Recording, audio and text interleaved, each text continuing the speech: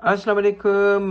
बेटा आपने पूछा है बेस जजमेंट असेसमेंट ऑर्डर की टाइमलाइन के बारे में, और इसकी टाइमलाइन से मुतालिक जो रूल है वो समझाने से पहले मैं आपको कहूँगा कि बेस जजमेंट होती कब है, उसमें से एक एग्जांपल हमें लेनी पड़ेगी। एग्जांपल हम ये लेते हैं कि एक पर्सन को रिटर्न फाइल करना था और उसने रिटर्न नहीं फाइल किया, और उसको नोटिस दिया गया, नोटिस टू नॉन फाइलर, कि आपने रिटर्न फाइल करना है, आपने नहीं किया, फाइल करो, फिर भी उसने रिटर्न फाइल नहीं किया। तो आपने देखा होगा कि 4 रीजंस होती हैं बेस जजमेंट असेसमेंट करने की। पहली रीज़न ये है रिटर्न का ना फाइल होना। दूसरी जो रीज़न होती है बेस जजमेंट की, वो एक नॉन रेजिडेंट एयरक्राफ्ट और शिप ओनर या चार्टरर होते हैं। ये शिप्स और एयरक्राफ्ट जो कि पाकिस्तान में वक्ती तौर पे आते हैं, इस वजह से उसका अलग से स्पेशल रिटर्न हुआ करता है, वो ना फाइल करें। तीसरा वेल्थ स्टेटमेंट फाइल ना करना है। और चौथा है कि ऑडिट के दौरान बुक्स ऑफ अकाउंट्स या रिकॉर्ड मांगा गया, वो अगर प्रोवाइड नहीं करेगा। तो इन 4 केसेस में बेस स्टेटमेंट होती है। वापस आते हैं हम पहले केस पे, जो हमने एक इलस्ट्रेशन लेना है कि रिटर्न फाइल नहीं किया था और नोटिस दिया गया रिटर्न फाइल करने के लिए, फिर भी रिटर्न ना फाइल करे तो बेस जजमेंट होगी। अब टाइमलाइन के लिए आपको पहले सिंपल केस समझाता हूँ, फिर आपको वो जो कॉम्प्लिकेटेड केस है वो समझाता हूँ। पहला है सिंपल केस कि अगर किसी पर्सन को रिटर्न फाइल करने के लिए कहा जाएगा, मतलब पहले नॉन फाइलर है, उठ के ना उसकी हम नॉन फाइलर की बेस जजमेंट नहीं करेंगे, पहले उसको एक चांस देंगे रिटर्न फाइल करने का, तो नोटिस दिया जाएगा। अब सपोज करें कि आज अगर हम 24 में हैं और पिछले 5 में से कोई साल ले लेते हैं, इससे अगर 24 में है एक पर्सन का 2021 का रिटर्न फाइल नहीं हुआ, तो 2021 का रिटर्न उसको आज कहा गया फाइल करो, उसने नहीं किया, बेस जजमेंट होगी। मगर बेस जजमेंट के लिए टाइमलाइन जो है वो स्टार्ट होता है टैक्स ईयर की एंडिंग से, जो रेलिवेंट टैक्स ईयर है उसकी एंडिंग से। तो 21 जो था टैक्स ईयर, उसके लिए हम बात कर रहे थे, 21 एंड हुआ था 30/6/21 पे। अब आपको 6 साल के देखने होते हैं, 6 ईयर्स, प्लीज नोट 6 ईयर्स है। तो 21 यानी इसका मतलब है कि इसकी बेस जजमेंट कब तक हो सकती थी। तो 21 की जो बेस जजमेंट है वो 30 जून 22, 23, 24, 25, 26, 27 तक हो सकती थी। तो आज 24 में उसकी बेस जजमेंट अगर की जा रही है तो टाइम के अंदर है, ये वैलिड है। अब थोड़ी सी एक और एग्जांपल लेते हैं। सपोज करें कि हमारा जो ईयर है वो ईयर है, सपोज करते हैं कि 18। तो 18 का जो टैक्स ईयर था वो 30/6/18 पे एंड हुआ। अब आप काउंट करो, 30/6/18 से आगे 6 साल, 19, 20, 21, 22, 23, 24।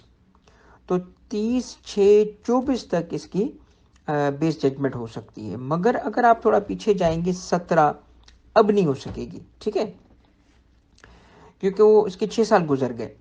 तो रेलिवेंट ईयर का मतलब क्या है कि 30 जून जो एंडिंग ऑफ द ईयर है टैक्स ईयर की, उससे लेके 6 साल का टाइम होता है बेस जजमेंट करने के लिए। ये नॉर्मल केस है। अच्छा, अब एक स्पेशल केस भी है। स्पेशल केस को ज़रा आपने तवज्जो से सुनना। स्पेशल केस ये है कि नॉन फाइलर होगा, उसको पहले नोटिस दिया जाएगा और उसके बाद बेस जजमेंट की जाएगी। तो पहले तो नॉन फाइलर हो, फिर उसको नोटिस दिया जाए फाइलिंग का, और उसके बाद बेस जजमेंट है, यही ऑर्डर होगा। इवेंट क्या है? Non filer. फिर क्या किया है हमने? डेवलपमेंट क्या हुई? उसको फाइल करने का चांस दिया, नहीं फाइल करे, बेस जजमेंट। तो बेस जजमेंट के लिए टाइमलाइन है, ठीक है। नॉर्मल टाइमलाइन क्या है? 6 साल। कहाँ से स्टार्ट करेंगे? End of the tax year से। अब स्पेशल केस सुने।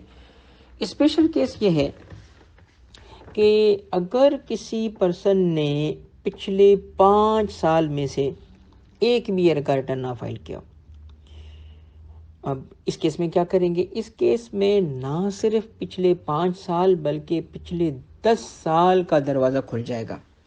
अब आमतौर पे ना रिटर्न फाइल करवाने के लिए कमिश्नर के पास पिछले 5 साल तक जाने का जो है वो टाइमलाइन होता है। पिछले 5 साल तक का रिटर्न फाइल करने के लिए कह सकता है, सिवाय स्पेशल केस में। स्पेशल केस ये है कि एक ऐसा नॉन फाइलर है कि पिछले 5 में से 1 साल का भी उसने रिटर्न नहीं फाइल किया, तो फिर ऐसे बंदे के लिए कहा जाएगा और पीछे जाके चेक तो करो कि ये करता क्या रहा है। तो पिछले 5 में से अगर एक आध साल का रिटर्न फाइल था, तो फिर वो पिछले 5 साल से पीछे नहीं जा सकेगा, रिटर्न फाइल करवाने के लिए नहीं कर सकेगा। एक भी ईयर का नहीं होगा ना, तो पिछले 10 साल तक वो जा सकता है। अब जो हम केस ले रहे हैं वो ले रहे हैं इसका कि पिछले 5 में से 1 साल का भी रिटर्न फाइल नहीं था, और कमिश्नर ने देखा कि इस बंदे ने तो बस पिछले 10 साल में 2 रिटर्न फाइल किए थे, फिर सो गया, तो और पिछले 5 में से 1 भी नहीं था। तो यहाँ पे वो क्या करेगा, फैक्ट ज़रूरी क्या है, पिछले 5 में से 1 साल का भी रिटर्न फाइल ना किया हो तो दरवाज़ा खुलता है 10 का। अब कमिश्नर ने कहा चलो फिर तो अब मैं 2 जो पहले वाले ईयर थे 10 साल पिछले में छोड़ दो, 8 साल का रिटर्न दो। अब ऐसे केस में अगर वो कहता है, सपोज करो कि पिछले 5 में से 1 साल भी नहीं था, इसको तो मैं देखूंगा, पहले तो मुझसे उनसे भी पिछले की बात करो, और वो कहता है जी 2017 का रिटर्न फाइल करो।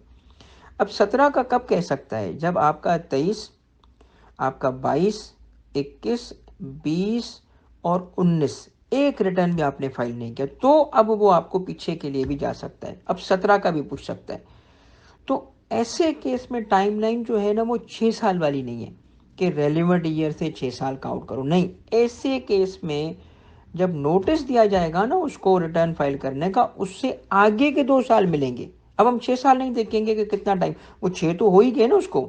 17 के बाद अगर आप काउंट करोगे तो 18, 19, 20, 21, 22, 23, 24, ये तो 8 साल हो गए। नहीं, ऐसे नहीं काउंट होगा क्योंकि वो 10 साल वाला केस है।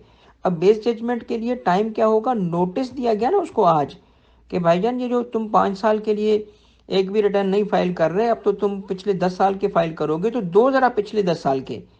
तो उस केस में बेस जजमेंट के लिए टाइम बैकवर्ड लुकिंग नहीं है, फॉरवर्ड लुकिंग है, उस नोटिस से आगे 2 साल। इसका मतलब 24 में नोटिस दिया है ना, तो अब बेस जजमेंट करने के लिए 25 और 26 भी है इसके पास। आई होप कि सारी टाइमलाइन क्लियर हो गई अब।